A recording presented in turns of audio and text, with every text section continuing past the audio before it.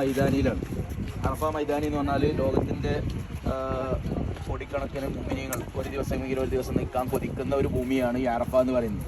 അതുപോലെ തന്നെ അല്ലാഹു സുബ്ഹാനഹു വ തആല ഏറ്റവും കൂടുതൽ ആളുകളെ നരകത്തിൽ നിന്ന് സ്വർഗ്ഗത്തിലേക്ക് എഴുത്ത് ചെല്ലുന്ന, ഓരോ വർഷവും എഴുത്ത് ചെല്ലുന്ന ഒരു ഭൂമി കൂടിയാണ്. അതായത് ഏറ്റവും കൂടുതൽ നരകാവകാശികളായിട്ടുള്ള ആളുകളെ നരകത്തിൽ നിന്ന് മോചിപ്പിച്ച് സ്വർഗ്ഗത്തിലേക്ക് കടത്തുന്ന ഒരു സ്ഥലം ഏതാണെന്ന് ചോദിച്ചാൽ അത് ഈ അറഫയാണ്.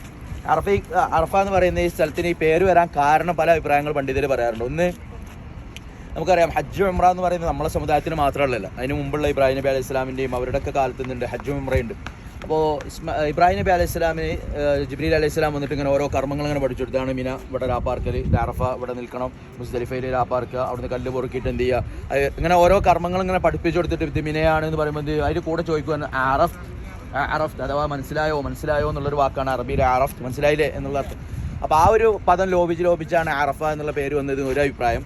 രണ്ടാമതൊരു അഭിപ്രായം പറയുന്നത് ആദം നബി അലൈഹി സ്വലാമിനെയും ഹവ്വാ ബീവിയെയും സ്വർഗ്ഗത്തിൽ നിന്ന് ഭൂമിയിലേക്ക് ഇറക്കി വിട്ടപ്പം രണ്ടുപേരെ രണ്ട് ലോകത്താണ് ഇറക്കി വിട്ടു. ഒന്ന് ആദം നബിനെ പറയപ്പെടുന്ന ശ്രീലങ്ക, ഇന്ത്യൻ്റെ ആ ഭാഗത്ത് ഇറക്കി വിട്ടുന്നു. ഹവ്വാ ബീവിനെ നമ്മളെ ജിദ്ദയിൽ ഇറക്കി വിട്ടുന്നു. അപ്പോൾ ഇവർ പരസ്പരം ഭൂമിയിൽ വേറെ മനുഷ്യരൊന്നുമില്ല. അപ്പോൾ ഇവർ പരസ്പരം തേടി നടന്ന് അവസാനമായിട്ട് ഇവർ കണ്ടുമുട്ടുന്ന ഇവിടെ വെച്ചിട്ടാണ്, അറഫയിൽ വെച്ചിട്ടാണ്. അങ്ങനെ അവർ പരസ്പരം കണ്ടുമുട്ടി തിരിച്ചറിഞ്ഞു എന്ന പേരിലാണ് ഇത്ര ഈ സ്ഥലത്തിന് എന്ത് പേര് വന്നത്, അറഫ എന്ന പേര് വന്നതെന്ന് മറ്റൊരു അഭിപ്രായം. അങ്ങനെ പല അഭിപ്രായങ്ങളുണ്ട് എന്തുകൊണ്ടാണ് ഈ പേര് വന്നത്.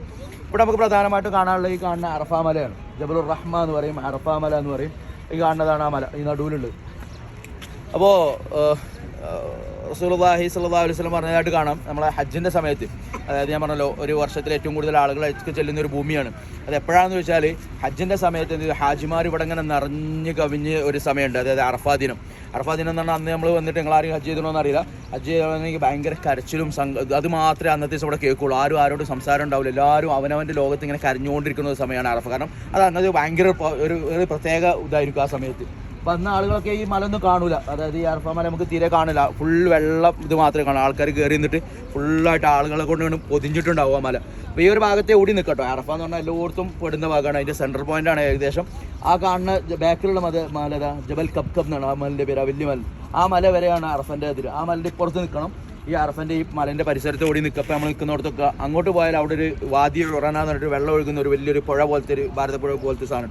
അതിൻ്റെ കുറച്ച് ഇപ്പുറത്ത് വരെയാണ് ഇതിൻ്റെ അതിര് എന്ന് പറയുന്നത്. അപ്പോൾ ഈ അറഫാ ദിനത്തിൽ എന്ത് ചെയ്യും, അല്ലാഹു സുബ്ഹാനഹു വ തആല അറഫയിൽ ഈ ഇവരൊക്കെ നിൽക്കുന്ന സമയത്ത് എന്ത് ചെയ്യും, മലക്കുകളെ വിളിച്ചിട്ട് അല്ലാഹു സുബ്ഹാനഹു വ തആല ചോദിച്ചു, ഉൻദുറൂ ഇലാ ഇബാദി, എൻ്റെ അടിമകളെ നോക്കും, അതൂനി തുഅ്സൻ ഖബറൻ, അവർ ജട പിടിച്ച മുടിയും അലക്കാത്ത വസ്ത്രം മീൻസ് ഈ ഹറാമിൻ്റെ വസ്ത്രം എന്ന് പറഞ്ഞാൽ അലക്കുക അങ്ങനെ ഉണ്ടാവില്ല. നമ്മൾ അലക്കാനോ കുളിക്കാനോ മുടി പോകാനൊന്നും പാടില്ലാത്ത സമയത്ത്. അപ്പം അങ്ങനെ വന്ന് നിൽക്കുന്നത് കണ്ടില്ല. എന്തിനാണ് ഇവിടെ നിൽക്കുന്നത് അറിയുന്നത്. അപ്പോൾ മലക്കുകൾ പറയും, അല്ലാഹു അലം, നിനക്കേ അറിയുള്ളൂ റബ്ബേ. അപ്പോൾ അവർ അല്ലാഹു സുബ്ഹാനഹു വ തആല പറയും, അതൂനി അവരെന്ത് ചെയ്യാണ്, യർജൂന റഹ്മത്തി, അവരിൻ്റെ കരുണ പ്രതീക്ഷിച്ചിട്ടാണ് നിൽക്കുന്നത്. ഫൈനി ഖദ് ഗഫർതു, ഞാനിത് അവർക്ക് പുറത്തു കൊടുത്തിരിക്കുന്നു എന്ന് പറയുന്നത്. അപ്പോൾ അല്ലാഹു സുബ്ഹാനഹു വ തആല ഒരു വർഷത്തിൽ ഏറ്റവും കൂടുതൽ ആളുകളെ നരകാവകാശികളായിട്ടുള്ള ആളുകൾ സ്വർഗ്ഗത്തിലേക്ക് എത്തി ചെല്ലുന്ന ഒരു ഭൂമിയാണ് ഇത് അറഫ എന്ന് പറയുന്നത്. അള്ളാഹുവിൻ്റെ റസൂൽ സല്ലല്ലാഹു അലൈഹി വസല്ലം ജീവിതത്തിൽ ആകെ ഒറ്റ ഹജ്ജാണ് ചെയ്തത്. ഞാൻ പറഞ്ഞിരുന്നു, ആ ഹജ്ജിന് വരുന്ന സമയത്താണ് ആയിഷ ബീവിക്ക് ആ ഒരു പ്രശ്നങ്ങളും കാര്യങ്ങളൊക്കെ ഉണ്ടായ, ആയിഷ പള്ളിയൊക്കെ ഉണ്ടാകുന്ന സംഭവം. പിന്നീട് എന്ത് ചെയ്തു, റസൂലുള്ളാഹി സ്വല്ലല്ലാഹു അലൈഹി വസല്ലം ഹജ്ജത്തുൽ വദാ കഴിഞ്ഞിട്ട് ആകെ 3 മാസത്തോളാണ് ഹയാത്ത് ഉണ്ടായിരുന്നത്. അതിൻ്റെ ശേഷം ഒരു റസൂലുള്ളാഹി വഫാത്തായിപ്പോയി.